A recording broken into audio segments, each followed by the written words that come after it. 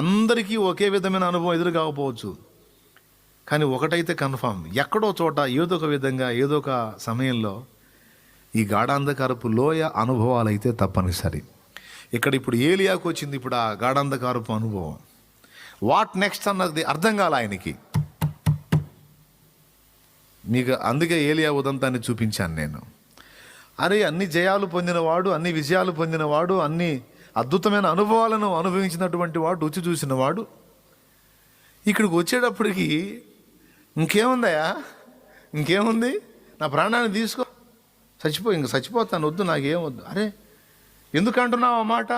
అంత విరక్తి, అంత వైరాగ్యం, అంత విసుగు ఎందుకు వచ్చేసింది జీవితం మీద? గాఢాంధకారపు లోయలోనికి దిగిపోయాడు. మామూలు అంధకారం వేరు, గాఢాంధకారం వేరు. అంటే ఒక్క అడుగు కూడా అవతలికి వేయటానికి ఇంక ఏం చేయాలి అన్నదానికి సమాధానం లేదు. భౌతికంగాను, ఆత్మీయంగాను, మానసికంగాను దేవుని ఎరిగిన బిడ్డలందరూ కూడా ఈ అనుభవాల్లో గుండా ఖచ్చితంగా ప్రయాణం చేస్తారు. అప్పుల పాలైపోయి ఎట్లా బయటపడాలో అర్థం కాక, ఎన్ని తిప్పలు పడినా బయటపడే దారి దొరక్క, అడుగు తీసి అడుగు వేయలేని అంధకారంలో కూర్చున్నట్టుగా బందీలైపోతారు. ఏం చేయాలో అర్థం కావటం లేదు. దేవా, ఈ అప్పుల దెబ్బకి నా ప్రాణం పోతేనన్నా బాగుండు, ఈ అవమానాల కంటే చచ్చిపోతేనన్నా బాగుండు, నా వల్ల కావటం లేదు దేవుడా, నన్ను తీసుకో దేవుడా అని ఏడ్చేవాళ్ళు ఉన్నారు. తిండి పట్టట్లేదు, నిద్ర పట్టట్లేదు, నా వల్ల కావటం లేదయ్యా, ఎంత బయటపడదామన్నా ఎలా అయినాయో కూడా అర్థం కావట్లేదు. వెనక్కి తిరిగి చూసుకుంటే ఎంత తెప్పరిల్లుకుందామన్నా, ఎంత బయటపడదామని అర్థం కావట్లేదయ్యా. ఎన్నో తిప్పలు పడుతున్నాను, ప్రార్థనలు కూడా చేస్తున్నాను, నాకు జవాబు రావట్లేదు, కన్నీరు గారుస్తున్నాను. గొప్ప గొప్ప దైవజనులు అంటే వాళ్ళ దగ్గర కూడా వెళ్ళి నానా బాధలు పడి ప్రార్థనలు చేయించుకున్నాను. వాళ్ళు కూడా గొప్ప గొప్ప వాగ్దానాలు ఇచ్చేశారు, నీకెందుకు, నీకు మొత్తం విడుదల వచ్చేసిద్ది పో అన్నారు. చెప్పి కూడా చాలా కాలమైంది, నాకే విడుదల దొరకట్లేదు, నువ్వు కూడా ఏందో మౌనం అయిపోయినట్టున్నావు, మరి అందరి ప్రార్థన వింటున్నావు, గొప్ప గొప్ప సాక్ష్యాలు వినబడుతున్నాయి, కానీ నా బతుకు మాత్రం అంధకారంలో కూర్చున్నట్టే ఉండిపోయింది. ఎట్లా నేను బయటపడతానో నాకు అర్థం కావటం లేదు. నా ముందున్న సమస్య పెద్ద పెను సవాలుగా మారిపోయింది. దీనికంటే నా ప్రాణం పోయిందే మంచిదేమో అనిపిస్తుంది. నా ఊపిరి తీసుకోదేవా, నా ప్రాణం తీసుకోదేవా అని ఏడ్చేవాళ్ళు ఉన్నారు, ప్రలాపించే వాళ్ళు ఉన్నారు, అంగలార్చే వాళ్ళు ఉన్నారు, మూలిగే వాళ్ళు ఉన్నారు, బయట కనపడకుండా రహస్యముగా ఏడ్చేవాళ్ళు ఉన్నారు, రాత్రుళ్ళు దుప్పట్లు కప్పుకొని ముఖం మీద కప్పుకొని ఏడ్చేవాళ్ళు ఉన్నారు, రహస్య గదుల్లోకి వెళ్ళి ఎలుగెత్తి ఏడ్చుకొని మళ్ళీ ఏం అర్థం కాకుండా బయటకు వచ్చేవాళ్ళు ఉన్నారు. ఎందుకు అర్థం కావట్లే, దారి అంధకారం, గాఢాంధకారం గమ్మేసింది, బయటపడే దారి దొరకట్లా. కొంతమంది అలాగ బాధపడతారు, కొంతమంది రోగమనే అంధకారంలోకి దిగిపోతారు, గాఢాంధకారంలోకి. కొంతమంది వ్యసనములు అనే గాఢాంధకారంలోకి దిగిపోతారు. వాడు ఎంత బయటపడదామన్నా అది వదలదు. దేవా, నాకేం చేయాలో అర్థం కావట్లేదు దేవా, నేను నీ బిడ్డను దేవా, నేను నీ బిడ్డను దేవా, నేను పవిత్రంగా ఉండాలి, పరిశుద్ధంగా ఉండాలి, నీతిగా ఉండాలి దేవా, నేను అవినీతిగా ఉండకూడదు దేవా, అక్రమంగా ఉండకూడదు దేవా, తప్పుడు జీవిత విధానంలో ఉండకూడదు దేవా. అయ్యా, నాకేం అర్థం కావట్లేదు, ఎట్లా బయటపడాలో అర్థం కావట్లేదు. ఒక పని చేయదేవా, నా ప్రాణం తీసుకోదేవా, నా ప్రాణం తీసుకోదేవా, నేను ఈ బలహీనతను జయించలేకపోతున్నాను, ఈ పాపాన్ని అధిగమించలేకపోతున్నాను, తట్టుకోలేకపోతున్నాను, ప్రశాంతంగా ఉండలేకపోతున్నాను దేవా, ప్లీజ్ అని ఏడ్చేవాళ్ళు ఉన్నారు. బలహీనతలని అంధకారంలో, గాఢాంధకారంలోకి దిగిపోయారు, సమస్యలని గాఢాంధకారంలోనికి దిగిపోయారు. ఎట్లా నడిపించబడ్డారో అర్థం కాలేదు.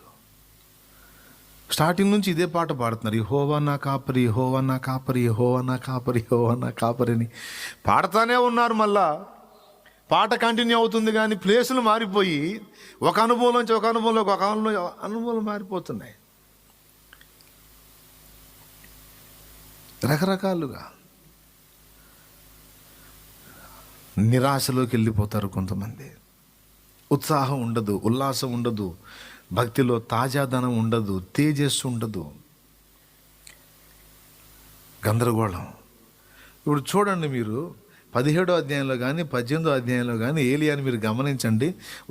ఒక సూర్యునిలాగా తేజరిల్లుతుంటాడు. మధ్యాహ్న కాలపు సూర్యునిలాగా మహాప్రకాశంతో తేజరిల్లినట్టు తేజరిల్లుతూ ఉంటాడు. పున్నమి చంద్రునిలాగా అలాగా పూర్ణ ప్రకాశంతో వెలుగొందుతూ ఉంటాడు. 17, 18 అధ్యాయాలు. 19కి వచ్చేటప్పటికి గాఢాంధకారం గమ్మేసింది. ఏం గమ్మింది? గాఢాంధకారం గమ్మింది.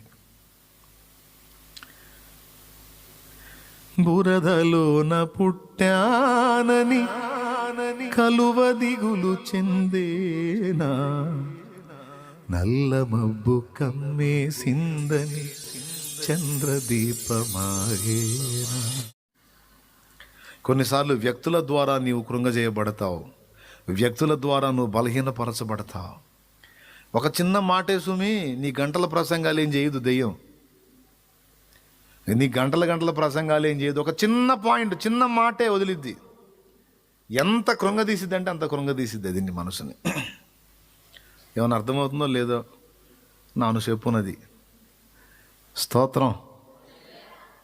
లేదా నీ మనసులోకైనా తలంపు పుడితే ఆ తలంపు చిన్నదే అయి ఉంటుంది, కానీ పెద్ద ప్రమాదాన్ని తీసుకొచ్చిద్ది నీకు అది.